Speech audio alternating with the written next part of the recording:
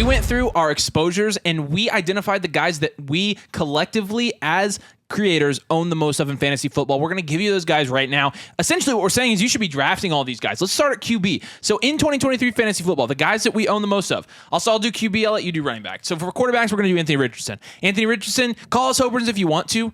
At his price, when you look at the statistic, insert the statistic you've already seen a bunch of here.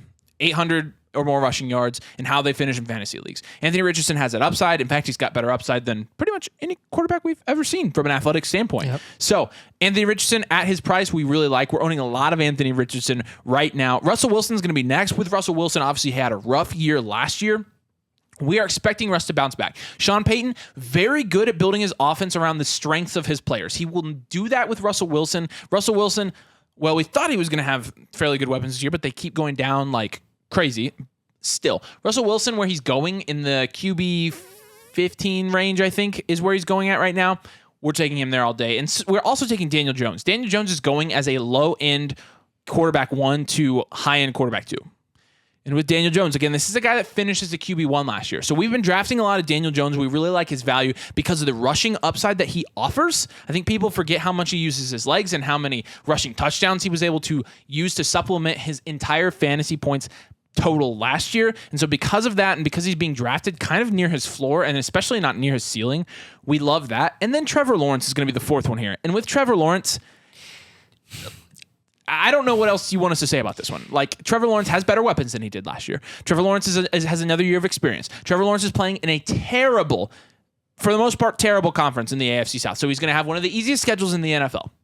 Trevor Lawrence last year was making his fantasy weapons better. You saw it with Evan Ingram. You saw it with Christian Kirk. It's going to be the same this year with Travis Etienne and Tank Bigsby and, Calvin Ridley and Christian Kirk. Behind that is going to be a high-producing quarterback in Trevor Lawrence. He's being drafted, I think, as the QB. I think it's QB 9 or 9. QB 9 on Underdog. So at that price, again, it's pretty hard to pass him up because he could be a guy that has a high league win rate because he's being drafted so late and he has such a high upside from a quarterback production standpoint, even in 1 QB fantasy leagues. Let's look at our running backs. Yeah, so first guy at our running back position that we just cannot stop drafting one's hilarious. Is Joshua Jacobs. I saw somebody on Twitter saying that I've seen multiple people saying they're absolutely avoiding Josh Jacobs. He is literally falling to the middle of the third round. What the actual heck are we doing with the running back 1 in standard leagues last season? I mean, look at his production profile. If your biggest concern for Josh Jacobs is that he's not going to play, let me tell you right now. He's going to play. He's going to play. Don't worry about it. He's going to play. Bet the farm on it, baby. Guys, teams won't even pay the Colts what they want for Jonathan Taylor. They're not going to do it for Josh Jacobs. Josh Jacobs is going to play. And he's so good. We need to stop taking him in the middle of the third round. Actually, yes. No, keep doing it because I'm loving him at that price and I'll take him every single time. I'm good with that. I literally own him in half of my fantasy leagues. Half. Now, I have done so many. I own him in half of my leagues because I just keep taking him at price. Dameon Pierce is our next guy. Playing for Houston in an offense that's probably going to be really bad. Obviously, if you've seen CJ Stroud and are shorting him because of the preseason, one, don't. But also, I mean, what did you expect from a rookie quarterback? He's probably going to look uncomfortable for a guy that never played under center at Ohio State. And they're going to have to, utilize him in that way in the NFL. He's going to have to get used to it. And while he's working on learning a ton of new things in the NFL, they're going to use Dameon Pierce. Going against the RB19 on Underdog. Yeah. That was what he finished as last year, and he was hurt. Yes. So, yep. James Conner, the next guy. He RB26. RB26. Legitimately having running back 1 upside going at RB26. Not only running back 1 upside, but I would expect him to be a running back 1 this year. I would go as far as to say that. Because 20 points per game when Kyler was out last year? Yeah. He was 9th in points per game on the season last year, and that's not even accounting for when Kyler was injured. And Kyler ain't going to play this year, James guys. Conner missed a couple games, didn't he? Yeah, he missed a few games. Yeah. He showcased significant receiving upside as well, which we're really excited about in an offense where the QBs are less than capable, and they're going to have to check the ball down a lot to their running back. You get him in the 8th or 9th round. Please. Please take him Absolute league winner. This is my favorite pick in fantasy football probably Yep. this entire year. Jonathan Taylor, this is completely independent of our personal opinion as Colts fans on him and what he's been doing, wearing his hoodie during training camp. Dang it, I wore crew neck. Do it. Well, Pout, Nathan, I'm pout. gonna pout the entire video, but I'm still gonna record the video, and I'm gonna demand to get paid, and I'm not gonna get paid. Sounds like a good strategy. So he should not be falling to running back. Tell me where he's going. Running right back now he's 8, the RB8. RB With RB1 overall upside. He's now officially going behind Tony Pollard, which is laughable, and Derrick Henry, who is 29 years old. Jonathan Taylor is going to play whether it's on Indianapolis this season or the Miami Dolphins or some other team. I don't care where it is. He will play and he will score you fantasy points, and he has running back 1 overall upside. If you say I'm stupid for that, I don't know what to tell you. Like, are you stupid? Did you not look at what they did in 2021? No, you're not. You're not stupid. No. I was just joking. No, but go look at his player profile. Please go look at his player profile in 2021 and tell me that he didn't lead the league in literally like every major rushing metric. Yeah, Zach Charbonnet is going to be our next guy here. Going as like a mid running back 3 and RB36. Low running back 3, Pretty much low. high running back 4. A guy that has significant receiving upside that's really, I think, primarily what we think they drafted him for, and could honestly eat into Kenneth Walker's carries as well. I mean, he's going by Rashad Penny, Brian Robinson, A.J. Dillon, Antonio Gibson, Khalil Herbert, Tank Bigsby, Samaje Perine, and Jalen Warren. The Seahawks drafted him in the 2nd round. They had a ton of needs on the defensive side of the ball, and they chose to take Zach Charbonnet in the 2nd round. I think that speaks volumes to what they thought of him as a talent and speaks volumes to how they're going to utilize him right away this season. Walker is already struggling with injury. I think he's still out right now, isn't he? And I'm not sure. I don't think he's practicing yet. Yeah, No. I think you're right. Charbonnet, he got a little banged up too, but Charbonnet is already back. So look, whoever's going to be starting at running back week 1 is, it could definitely be Charbonnet. I'm really excited about the outlook of the cheapest running back in that backfield, and currently that is Zach Charbonnet. Yep. Next guy is going to be Najee Harris. And look, I absolutely understand there are major concerns with Najee Harris. His career trajectory is looking very similar to that of like a Clyde Edwards-Helaire who kind of just fell off. But at price, you've got to be taking Najee Harris at price. I mean, going as a mid running back 2. He's running back 14 right now. Running back 14, please Yes, give me please. Najee Harris. He's a my there guy. all day. I mean, you could just say this is a whole list of my guys, and we'd be like, yeah, these are our my guys. That's why they're our most drafted players. Yes. And we're strategic about it. yeah, this is a guy that we were really low on towards the end of last season when a lot of people weren't giving up on Najee. We were saying, dude, you've got to take your L. He was just not as efficient as we thought he was going to be. His receiving usage went way down. Now at this point, his price in fantasy has gone too low to a point where we're taking him regardless of our personal opinion on him as a talent, and that is how you should be playing fantasy football. Yep. Dalvin Cook up next. Why has Dalvin Cook not risen higher than he should have when he went to the New York Jets, a contending team that paid him $8 million to help them go to a Super Bowl? RB31.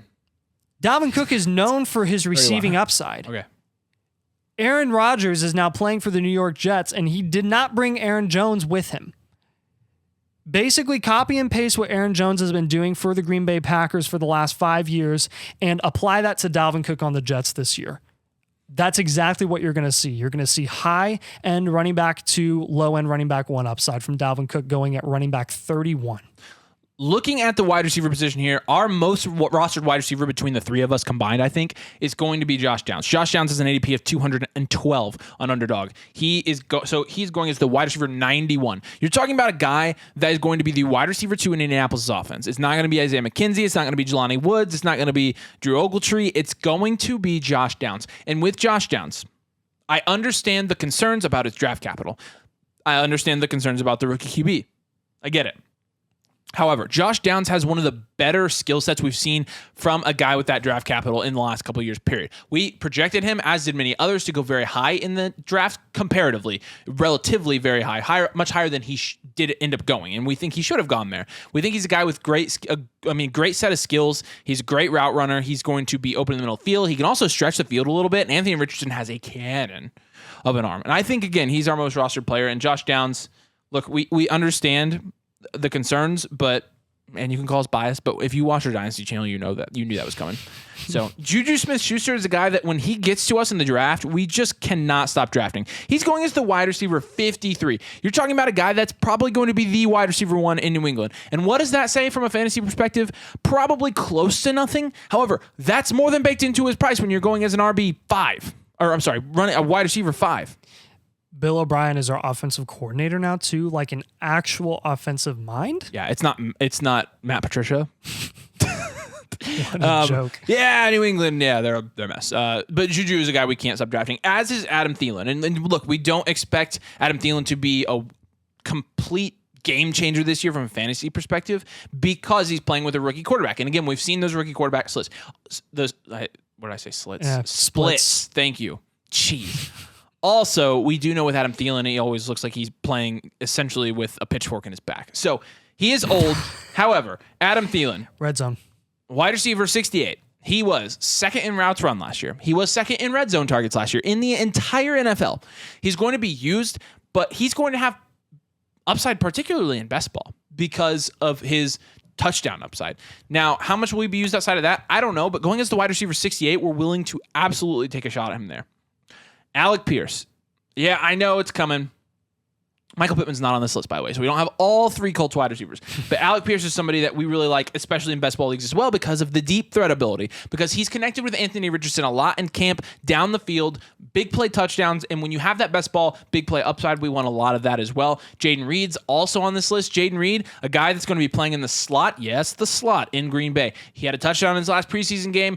I would expect him to get involved there very early. They've got a new quarterback. I'm not sure who he'll favor, but Jaden Reed has gotten Tyler Lockett comps, and for this year, he's in a system where, honestly, there's a lot of room for growth, and there's a lot of room for targets. And so because of that, and because of the draft capital he has, because of the skill set that he brings to the Packers, we really like him as well in fantasy. Zay Flowers is next. Zay Flowers could be the wide receiver 1 on the Baltimore Ravens. In fact, we're betting that he is. We're betting that he is going to be the wide receiver 1 on the Baltimore Ravens. He's going as the wide receiver 40 right now in fantasy leagues. 40. Jeez. He's the best route runner in this class.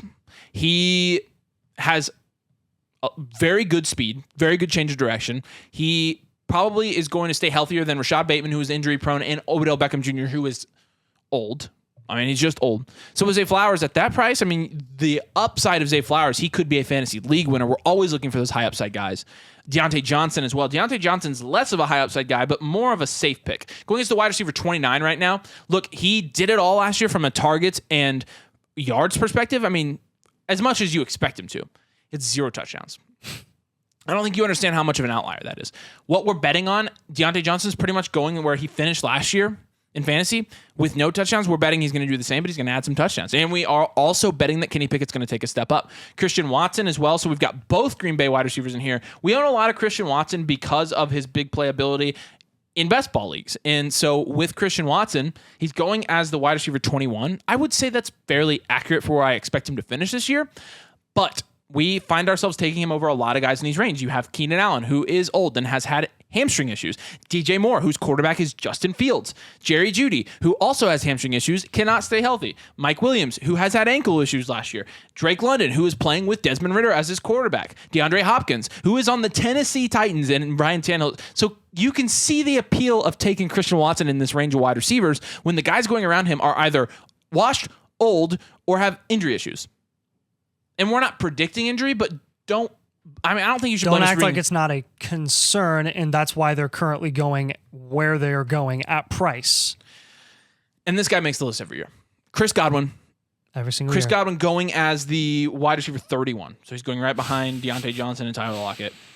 This is just comical to me. We do this every year in Chris Godwin. Do you all remember when Chris Godwin was a high-end wide receiver 1 the year that just calm down. The year that Jameis Winston was quarterback.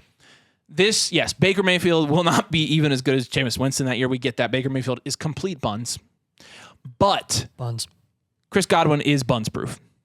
He is. That's the best way to put it. He is buns proof. Yep. Last position group. We're going to start with Dalton Schultz here. Dalton Schultz. And Dalton Schultz at price is going as a tight end 12. Oh, and there's a picture of a guy on the screen that's definitely Dalton Schultz. It's definitely Dalton Schultz. Don't even question it. So this will be an ongoing joke. If you watch the channel, producer Sam put a picture up of Dalton Schultz that was not Dalton Schultz, which was really funny, and people were commenting about it. So now we're never going to put Dalton Schultz. But in the no, this is Dalton Schultz. this We're not joking. This is here. him. This is serious. we swear. Coughed. Currently going out of Tyler Higbee, just out of Tyler Higbee, and just behind rookie tight end Dalton Kincaid, who we also like as well. But I think you've got to be a fan of Dalton Schultz's safety in an offense, again, that we said is really young, really inexperienced, a lot of question marks, and a developing quarterback in CJ Stroud, and developing quarterbacks like offenses that have supporting running backs that can get a lot of opportunity there, and veteran tight ends.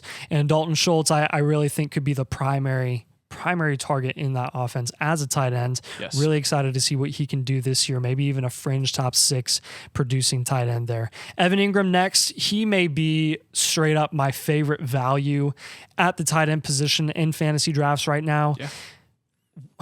How could you not be excited about him going into this year? Obviously going off towards the second half of the season last year, having some elite level tight end weeks, some super high upside weeks. Really excited about what he can do this season. Playing alongside Christian Kirk and Calvin Ridley, yes, but Evan Ingram is at his best when he's the third option in an elite offense. So don't be worried about Calvin Ridley and Christian Kirk taking away from him. He's going to make the most out of his targets, the most out of his receptions. Gotta love his price. Yep. Next guy we're going to have here is Mike Gesicki. And while we have our own questions about Mike Gesicki, at his current price, who else is going around him right now? Cole Turner from Washington? Like, half of you that are watching this probably don't even know who he is. Jelani Woods, Adam Troutman, Durham Smithy.